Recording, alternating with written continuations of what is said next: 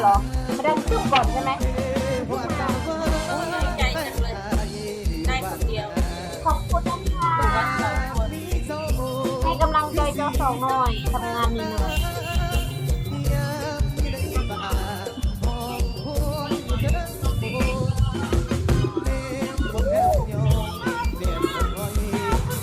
หายแล้วหายแล้วหายเป็นไข้แล้ว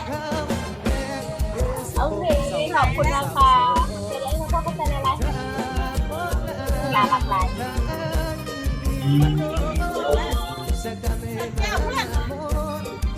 อ้าวมาพงเริ่มเต็มแล้ว